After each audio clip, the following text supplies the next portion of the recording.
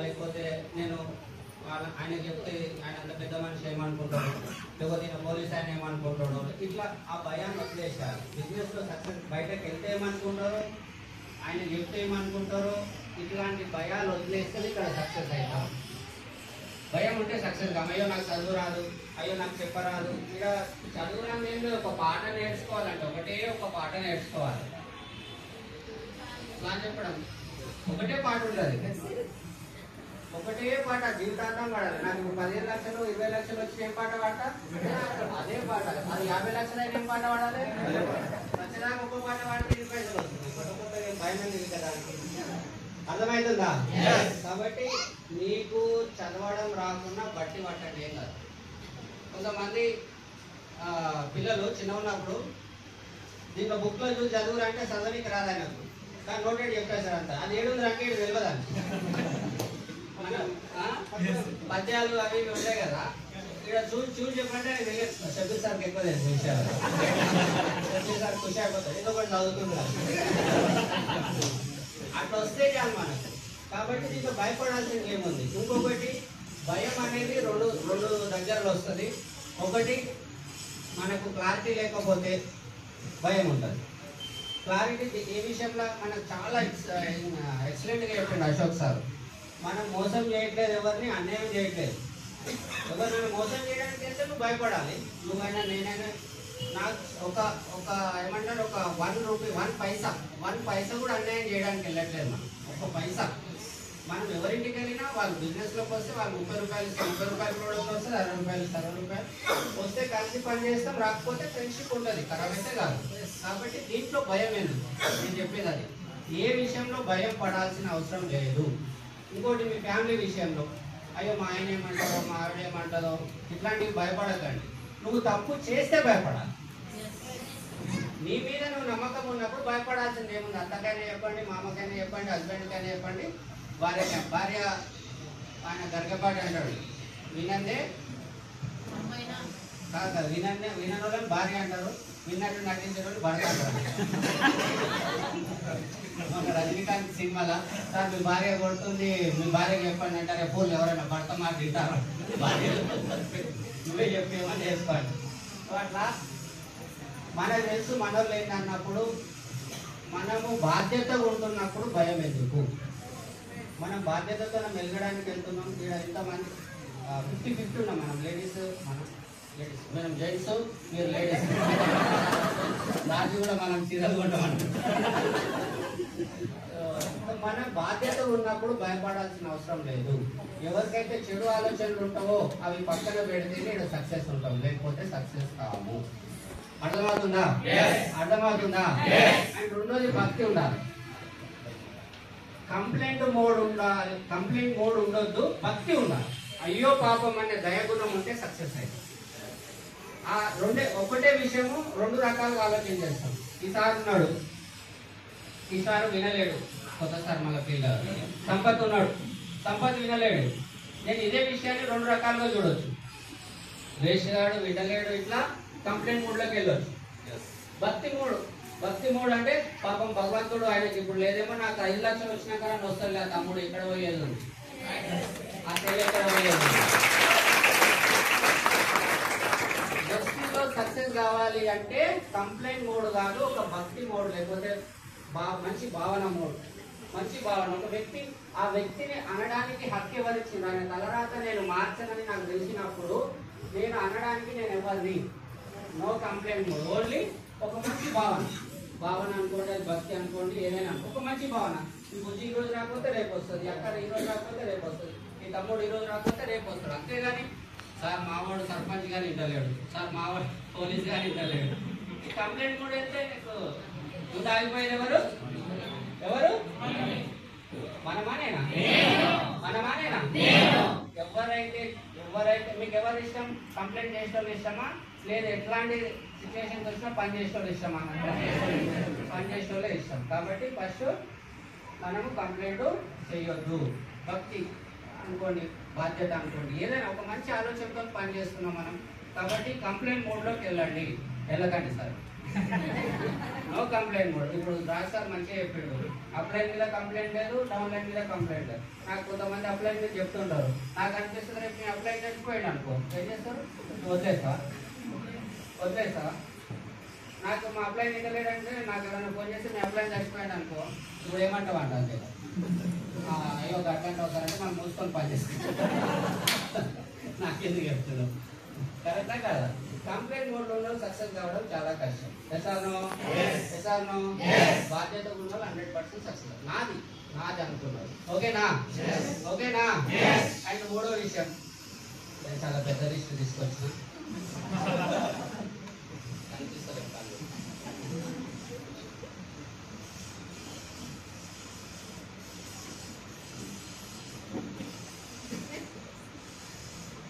చెప్తా ఏం మర్చిపోవాలి. వెళ్తేనే సక్సెస్ అయ్యి, బయటకు వెళ్ళకపోతే నువ్వు సక్సెస్ కాలేవు, ఖరాబ్ కాలేవు. రెండు ఉంటాయి.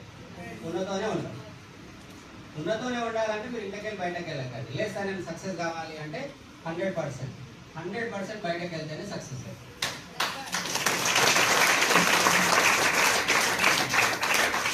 బయట అంటే ఇంకా పొద్దుగాల 8 గంటలకు లేచినామా రాత్రి 11 దాకా. లేడీస్కి కొన్ని కండిషన్స్ ఉంటాయి, పిల్లలు ఉంటారు, వంటలు వార్పాలి. Conditions apply. నేనైతే క్లియర్గా చెప్తా, కండిషన్లో ఉండి సక్సెస్ అయిన వాళ్ళకి విలువ ఎక్కువ. కండిషన్స్ చెప్పుకొని నువ్వు సక్సెస్ అయినావంటే ఆయన ఎట్లా చేసిండో మాకు తెలుస్తుంది, ఆయన ఎట్లా చేసిండో మాకు తెలుస్తుంది. అర్థమవుతుందా? కాబట్టి అన్ని కండిషన్లు ఉంటాయి, అందులోనే సక్సెస్ కావాలి, అప్పుడే మీకు విలువ ఉంటుంది. అర్థమవుతుందా? కాబట్టి కండిషన్స్ ఉన్నా సరే బయటకు వెళ్తేనే సక్సెస్ అవుతాం. బయటకు వెళ్ళాలి. నేను ఈరోజు ఇంత ఇన్కమ్ తీసుకోవడానికి మెయిన్ ముఖ్య కారణం, నేను ఉదయం పనున్నా పని లేకున్నా 8 గంటల 20 నిమిషాలకు బయటకు వెళ్తా. అండ్ రాత్రి 9 గంటల లోపల ఇంటికి వస్తాను. 8 నుంచి 9 మధ్యలో ఇంటికి వస్తాను. నాకేం పని లేదు, నేను అయినా రోడ్డు మీదనే ఉంటా. ఎందుకంటే నాకు 50 లక్షలు సంపాదించాలని ఉంది.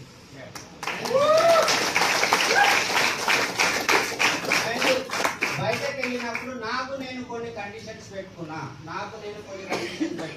ఈ బిజినెస్ ఎవరి కోసం చేస్తున్నా? బాగుపడితే ఎవరు బాగుపడతారు? ఎవరి పిల్లలు బాగుపడతారు? ఎవరికి గౌరవం వస్తుంది? అన్ని నాకే కదా.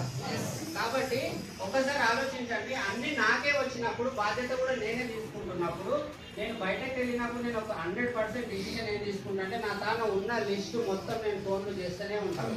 నేను బయటకు వెళ్ళి చెట్టు కింద కూర్చొని ఫోన్లు చూడను. మనోళ్ళందరికీ ఫోన్లు చేస్తా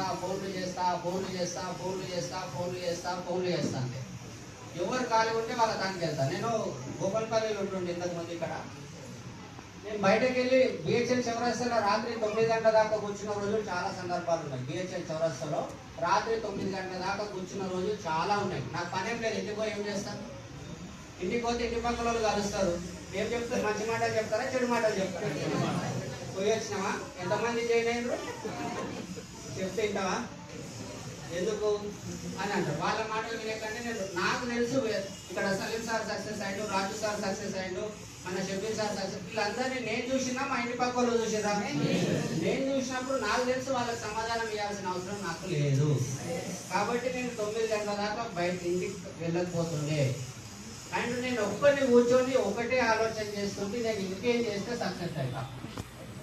ఎవరికన్నా ప్లాన్ చెప్తుంటే ప్లాన్ గురించి, బయటకు వస్తే ఇంకెవరిది కలవాలి, ప్లాన్ చెప్పాలి, రెండోది ప్రోడక్ట్ ఇవ్వాలి, ఇంకో పని మీటింగ్, అంతే. ఇంకా నేను వేరే చాలా మంది తెలిస్తే చెప్పండి, కానీ మరీ ఓవర్గా చెప్పాల్సిన అవసరం లేదనిపిస్తుంది.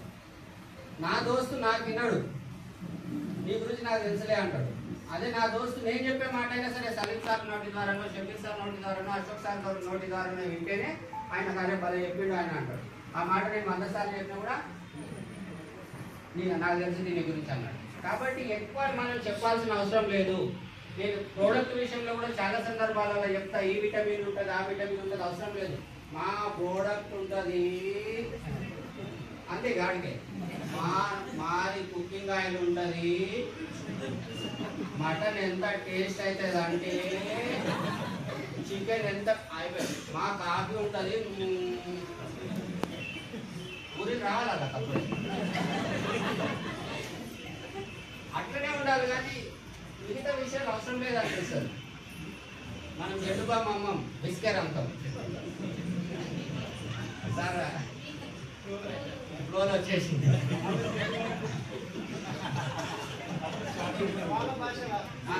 అండ్ ఈ కండిషన్లలో ఇంకో కొన్ని ఏంటంటే నేను 100% ఎక్సైట్మెంట్ తో మాట్లాడతా అందరితోనా.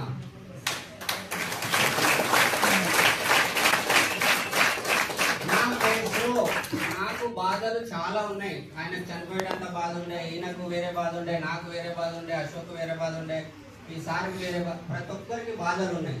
ఆ బాధలు పక్కన పెట్టి స్మైలీ ఫేస్ చేసుకోవాల్సిందే, తప్పదు. మీకు నవ్వేటోళ్ళు ఇష్టమా ఏడ్చేటోళ్ళు ఇష్టమా? మీరు ఎప్పుడైనా నవ్వుతారా? మరి ఏం చేయాలి? అది కాదు. మేము ఎప్పుడు కూడా సలీం సార్ ఫోన్ చేస్తే సార్ కింద పడ్డా మస్తు అనిపించింది సార్, ఇట్లా చెప్పడం లేచిపోయినా అంటే దీన్ని కూడా ఇట్లా చెప్తారా అనుకుంటా. ఇట్లా లేచిపోయింది సార్, రక్తం పోతుంది సార్, రక్తం కూడా బలం అవుతుంది సార్. ఒక్కోసారి రక్తం కిందికి పోతలేదు సార్, అన్నం రక్తమే లేదు ఇవన్నీ బాధపడతారు, రక్తం పోతలేదని బాధపడ్డారు రోజు. అంటే ఏదైనా సరే జీవితంలో మళ్ళీ జరగదు. అది ఆ సందర్భానికి ఎంజాయ్ చేయడం నేర్చుకోవడం అంతే. మళ్ళీ జరగదు ఆ సిచ్యువేషన్, అట్లా జరగవు మన లైఫ్లో. ఈ రోజు ఈ సిచ్యువేషన్ ఇట్లా కుదిరింది, మళ్ళీ జరగదు ఈ సిచ్యువేషన్, గుర్తుపెట్టుకోవాలి. దాన్ని అట్లనే ఎంజాయ్ చేయాలి. అయ్యో ఇట్లా అయిందంటే మళ్ళా చెట్టో వైరో. అర్థమైందా? ఎక్సైట్మెంట్ అండ్ ఎక్సైట్మెంట్, స్మైలీ, ఎప్పుడు స్మైలీ ఫేస్. ఎవరికి మా దోస్తులకు ఫోన్ చేస్తే నా ముచ్చట తక్కువ, వాళ్ళ ముచ్చట ఎక్కువ ఉంటుంది, గుర్తుపెట్టుకోండి. అరే ఎట్లా నడుస్తుందిరా కార్ అంటే ఏం చెప్పాలరా, ఇన్సూరెన్స్ అయిపోయింది, టైర్ అరిగిపోయినాయి, అయ్యో ఎంత పని అయిందిరా, అయ్యో ఎంత పని అయిందిరా అనేకంటే ఇంటుంది. తర్వాత ఆయన అడుగుతుండే మీది ఎట్లుంది అంట. లాస్ట్ వచ్చేది క్వశ్చన్ ఏంటి? మాది ఏమైంది వాడు నడుస్తుందా అంటుంటాడు. మీరెట్లా నడుస్తుంది? ఎక్కడ నడుస్తుంది? ఇప్పుడు నడిచే రోజు లేడు అని ఊరుకుడే, ఒకటే ఊరుకుడు. ఆయన పెంచుకున్నాడు, ఈయన ఇంకో పెంచుకున్నాడు, ఇంకో అయినా కొన్నాడు అంటే ఆయన డ్యూసీడ్ అవుతాడంట. మా కింద 17 మంది డ్యూసీడ్ అవుతున్నారు ఈ సంవత్సరం.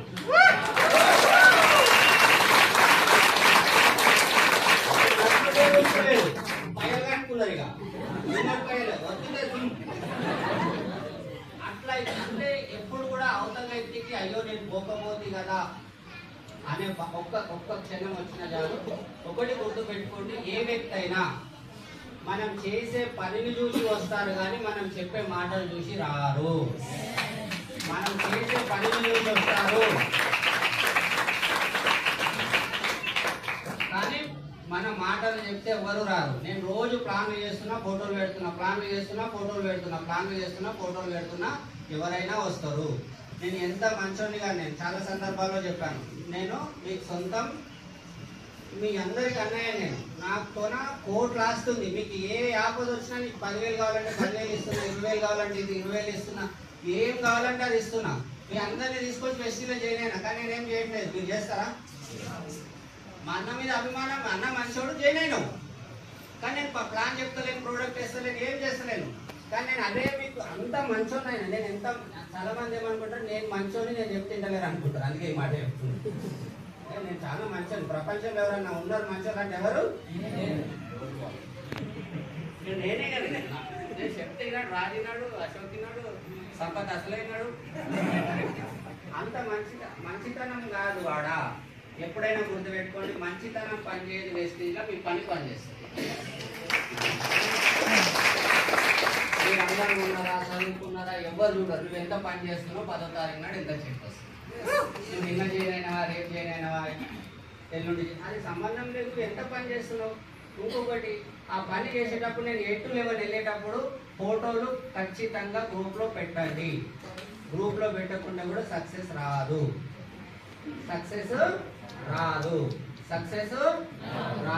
ఫోటోలు పెట్టండి. ఎందుకంటే మన గ్రూప్ లో చాలా మంది ఉంటారు. ఫోటోలు చూస్తే మా గ్రూప్ లో మూమెంట్ రావడానికి ముఖ్య కారణం సలీం సార్. ఒకసారి గట్టిగా క్లాప్స్ ఇవ్వచ్చు.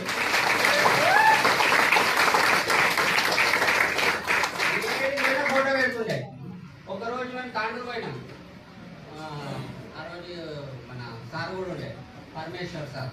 ఎవరు ఫోన్లు ఎత్తకపోతే రేట్ కాయలు తెప్పినాం. గుడ్ మార్నింగ్ ఫ్రెండ్స్, మేము తాండూరు వచ్చినాం, ఎవరు ఇట్లేదు, రేట్ కాయలు తెప్పుతున్నామని వీడియో పెట్టాం. రేట్ పండుగ గుర్తుందా? ఆ రోజు ముగ్గురం పోయినాం, గోపురం ఎవరు ఫోన్ ఎత్తలేరు. ఏం చేయాలి? షర్ట్ ఎక్కినాం, నేను ఎక్కుతాను, నువ్వు నవ్వుతా, నేను ఎక్కుతా, ఫోటో పెట్టినాం. ఎంజాయ్ చేసినామా లేదా? మళ్ళీ ఇప్పుడు రేంజ్ షర్ట్ ఎక్కగలుగుతామా? ఆ క్షణం ఎంజాయ్ చేసినామా లేదా?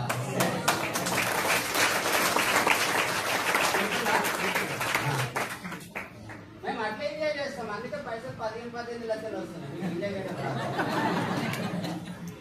మాకు ఒకసారి ప్లాన్ చెప్పడానికి పోతే జగలేదు. నువ్వేం చేస్తావు అని అడిగినా.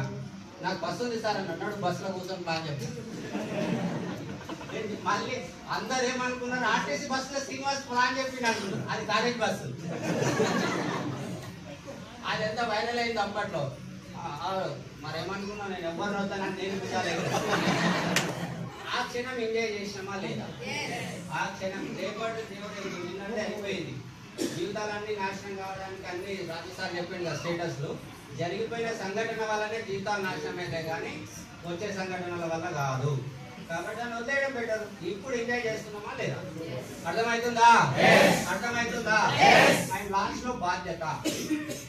బాధ్యత చాలా ఇంపార్టెంట్. మనం నమ్మి మన వాళ్ళు బయట పంపిస్తున్నారు. మనం ఎంత బాధ్యతగా ఉంటే అంత కరెక్ట్. మనం ఎన్ని ప్లాన్లు చేస్తే అది కరెక్ట్. అండ్ మనకు ఎన్నో అలవాట్లు ఉంటాయి, రకరకాల అలవాట్లు ఉంటాయి. అట్లంటే కాదు, ఇక్కడ సక్సెస్ కాలేం. బాధ్యతగా ఉంటాను నేను. దీనికోసం కేటాయించిన నీ పైన ఎట్లాంటి నమ్మకం కుదరాలి అవతల వ్యక్తుల కంటే నువ్వు అంత బాధ్యతగా వ్యవహరిస్తేనే నీ పైన నమ్మకం కుదురుతుంది. కానీ నువ్వు బాధ్యత వ్యవహరించకుండా పొద్దున్న ప్లాన్ చేస్తున్నావు, సాయంత్రం ఎన్నో వైపు చూస్తుంటున్నావు. అర్థమవుతుందా? అదే ఈయన బాధ్యత లేని వ్యక్తి. కష్టపడతాడు కానీ సాయంత్రం కాగానే ఈయన మనుషులు మర్చుంటాడబ్బా. మనుషులు అట్లాంటి బాధ్యత లేని పనులు చేస్తే కూడా ఇక్కడ సక్సెస్ కావాలి. నువ్వు ఎంత కష్టపడుతున్నావు ఎవరు చూడాలి. నువ్వు బాధ్యత లేని పనులు చేస్తే కూడా చూస్తారు. నీకు ఏ వ్యక్తి ఇష్టం? బాధ్యతగా ఉండి పని చేసుకునే వ్యక్తి ఇష్టమా? కానీ మస్తు కష్టపడతాడు కానీ బాధ్యతగా ఉండడు. ఆయన గౌరవం ఉందా? గౌరవం ఉందా సార్?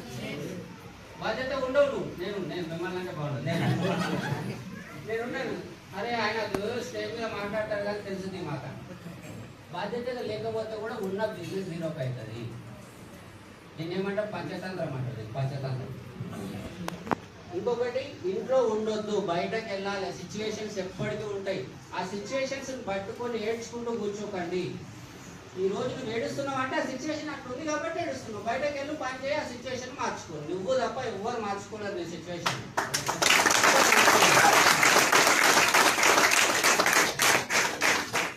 అండ్ నాకు అశోక్ సార్ చెప్పిన విషయంలో దశరథ్ మాంజీ సార్కు ఒకప్పుడు అది పానం మీదకి తెచ్చిన సిచ్యువేషన్ ఈ రోజు కొన్ని లక్షల మంది చెప్పుకుంటున్న ఎగ్జాంపుల్. తెచ్చిన సిచ్యువేషన్, ఆ సిచ్యువేషన్ ఎట్లాంటి సిచ్యువేషన్? భార్య చనిపోయింది, ఎవరు లేరు, పిచ్చోడు అన్నాడు.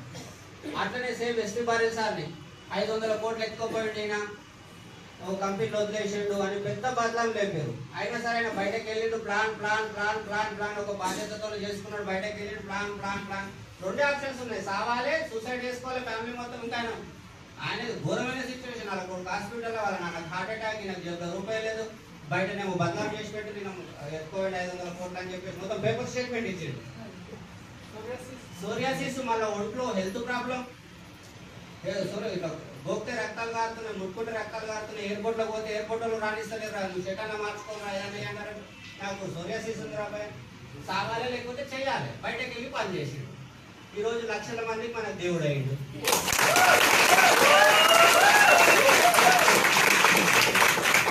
బయటకు వెళ్తే దేవుడు అయినా, ఇంట్లో కూర్చొని బాధపడితే దేవుడు అయినా. ఆయన సిచ్యువేషన్స్ ఉండేనా లేదా? ఇంకో మన హైదరాబాద్ లో తీసుకోండి, సలీం సార్. మనకి విని సలీం సార్ తెలుసు, 40 లక్షల రూపాయలు సూసైడ్ చేస్తున్నారు. కానీ ఆయన సిచ్యువేషన్ ఆ రోజు సావాలి, బయటకు వెళ్ళి పని చేయాలి. సావాలి, సొంతం దోస్తు పిచ్చిపాటి రాజు నరేంద్ర మోడీ లోపలేస్తాడు. నువ్వు బాగుపడదు. సొంతం దోస్తు నేను ఎవడు కాదు.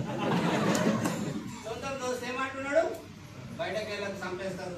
నువ్వు మళ్ళీ గంట మంచి కారు పట్టుకొని గిడ్డ చేస్తున్నావు, గడ్డ చేస్తున్నావు, నువ్వు రోడ్డు మీద పట్టుకొని ఇప్పుడు సబ్బులు పెట్టుకుంటావు. నేను సబ్బులో షాప్ పెట్టినా, నేను కిరాణా షాప్ పెట్టినా. నాకున్నా నేను చెప్తున్నా. ఆ అప్పులోడు ఎంత పడ్డాడు? 40 లక్షల అప్పులు. ఆ కార్లో డ్రైవర్లు ఆగుతారా, జీతాలు ఆగుతాయా? ఇంట్లో భార్యకి ఏం తెలియదు, భార్య ఏమనాలి, ఎట్లా సంపాదించాలి? సిచ్యువేషన్స్ అనేది ఎప్పుడైనా గుర్తు పెట్టుకోండి. నీకు అనుకూలంగా ఉండనప్పుడు కష్టపడితేనే నువ్వు ఒక హీరో అయితే సాధించాలి.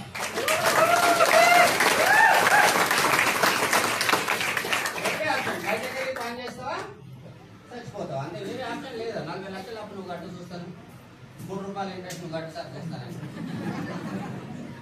నెల తిరిగితే 5 రోజులు సార్ ఏం చేస్తుంటే ఫోన్లే వెస్టీలు ఉన్న వాళ్ళకు అడగొద్దు, బయట వాళ్ళకి ఫోన్ చేస్తే నువ్వు వెస్టీ చేస్తున్నావు వస్తలేదు. అట్లా ఎగతాళికి తక్కువ ఉంటుందా?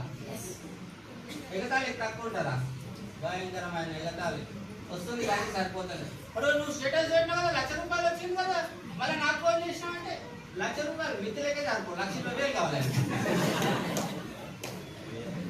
అర్థమవుతుందా? అంటే ఎగతాళి చేసేటోళ్ళు చేయాలి, కానీ మనం సమాధానం 10వ తారీఖే ఇవ్వాలి.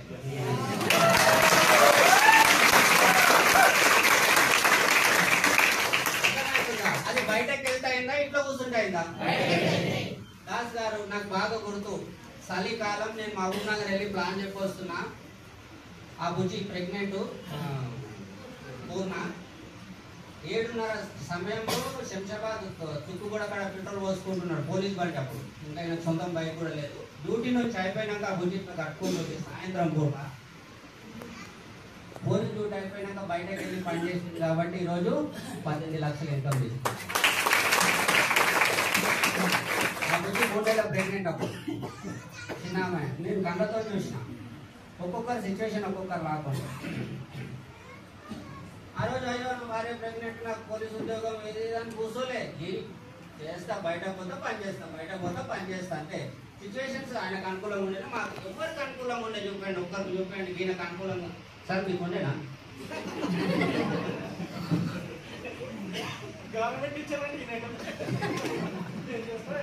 ఏం చేస్తారో ఎట్లా చేస్తాం, ఉద్యోగం పెట్టుకొని ఎందుకు అన్ని పిల్లలు పెళ్లి చేసాం, అన్ని చేసినాం, అవసరమా? మళ్ళీ హెల్త్ సహకరించిందా షబీర్ సార్కి? మొన్న మేము థైలాండ్ వెళ్తే ధనుమని పడిపోయాడు, షుగర్ లెవెల్ పడిపోయింది. మాకు కూడా డబ్బు కొడుతుంది. ఏడు థైలాండ్ మళ్ళీ గురుకర్ణ సార్ ఆలోచన నేను లేను బయట, నాకు తర్వాత తెలియదు. అంటే ఈ రోజు కూడా సహకరించట్లేదు. కానీ షబీర్ సార్ ఎంత బయటకు వెళ్తుండా ఇంట్లో వండుకుంటుండా, బయటకు వెళ్తుండా ఇంట్లో వండుకుంటుండా. ఎవరి సిచ్యువేషన్స్ కరెక్ట్ ఉన్నాయండి. బయటకు చూసేమో మంచిగా ఉన్నాడు అట్టగట్ట అనుకుంటామా లేదా? కానీ చెప్తున్నాం, బయటకు వెళ్ళి ఈ రోజుకు కూడా పని చేస్తున్నాం ప్రతి ఒక్కరము. మీకు కూడా సక్సెస్ కావాలి. సిచ్యువేషన్ ఏదైనా ఉండని, సిచ్యువేషన్ ని కంట్రోల్ చేసుకోవాలి. బాధలు అందరికి చెప్పుకుంటూ కూర్చుంటే కాదు. నువ్వు బాధలు చెప్పాల్సిన అవసరం లేదు. ఎవరితో వెళ్ళిన ఒకటే విషయం, రాబోయే 2 నెలల్లో నాకు ఇల్లు కట్టబోతున్నా, రాబోయే 2 నెలల్లో నా పిల్లలు చదివిపోతున్నా, రాబోయే 2 నెలల్లో నేను బంగారం కొనబోతున్నా. మీకు లేడీస్కి నేను స్పెషల్గా రిక్వెస్ట్ చేస్తున్నా, ఇక్కడ నుంచి మీకు వచ్చే 10,000, 20,000, 30,000 ఎంత ఇన్కమ్ వచ్చినా 1 మాసం 2 మాసాలు కొనండి. నేను 2 మాసాలు బంగారు కొన్నా, వెస్టీజ్ పైసలతో స్టేటస్ పెట్టండి. ఇట్లాంటి స్టేటస్ పెట్టండి. 2 మాసాలకు పరగబడదు. మళ్ళీ 2 నెలలకు 2 మాసాలు, మళ్ళీ ఒక 3 నెలలకు 2, అన్ని కలిపి తులం అయింది. 1,00,000 రూపాయలు సంపాదించిన వెస్టీజ్ నుంచి రివ్యూ చేయించుకున్నా, లేకపోతే చేంజ్ చేయించుకున్నాను.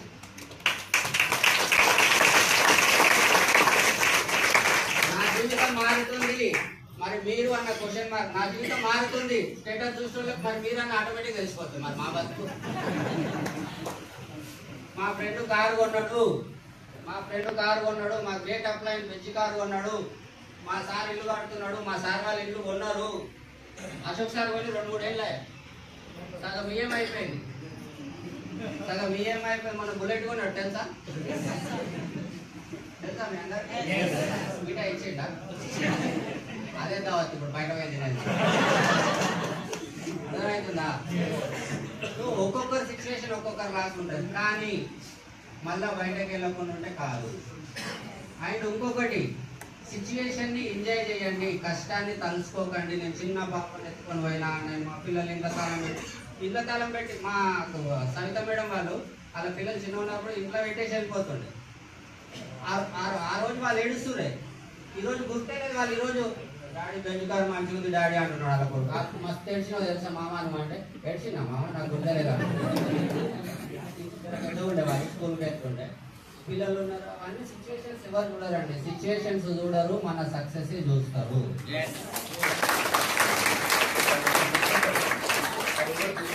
ఎవరు గుర్తే ఉండవు. రాజోళ్ళు రాజు వాళ్ళని కూడా గుర్తెచ్చుకుని ఎట్లాంటి సిచ్యువేషన్ ఎక్కడ లేచిపోయినాయి మొత్తం బండి కింద పడితే ఇక్కడ మొత్తం ఎవరు ఇంటికి పోతే అలా బిడ్డ డాడీ అని దోషం ఏదో తినిపిస్తుంది నా ఇంటికి వెళ్తే మొత్తం కట్లే. మనం సినిమాలలో తప్పుగా అనుకోకండి, అట్లా చూస్తుంటాం అన్ని కట్టుగా. ఆయన నేను దగ్గర చూసిన ఎక్కడ చూసినా రక్తాలే, ఎక్కడ చూసినా రక్తాలే. ఆయన అయ్యో నా పరిస్థితి బాగాలేదు, వెస్టేజ్ చేస్తున్నాను, కానీ ఇంట్లోంటే జరిగిందా బయటకు వెళ్తే జరిగిందా? ఈరోజు హీరో, మనందరికీ హీరో.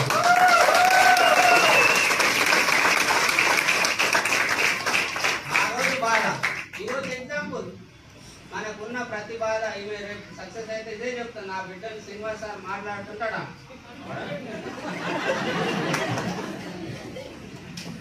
ఫెయిల్ అయిన వాళ్ళు ఏం చెప్తారు? నేను పిల్లగాన్ని ఎత్తుకొని అన్ని చేసినా కూడా నేను కాలేదమ్మా. నువ్వు బయటకు వెళ్దామా బాధలు చెప్తామా? బయటకు వెళ్దామా బాధలు చెప్తామా? ఇలాంటి సిచ్యువేషన్ ఉన్నా, ఇలాంటి సిచ్యువేషన్ ఉన్నా ఎవరు బాగుపడాలి? ఎవరికి డబ్బులు కావాలి? ఎవరికి కారు కావాలి? ఎవరికి బంగారం కావాలి? పని ఎవరు చేయాలి? పని ఎవరు చేయాలి? నా పని, నా పని నేనే చేస్తా. నా పని, నా పని, నా పని ఎవరిపైన, ఎవరిపైన, ఎవరిపైన. ఎందుకంటే ఎవరి పిల్లలు బాగుపడాలి? ఎవరికి బంగారం కావాలి? ఎవరికి ఇల్లు కావాలి? ఎవరు హీరో కావాలి? ఎవరు పని చేయాలి? పోయి మోసుకొని చేయండి.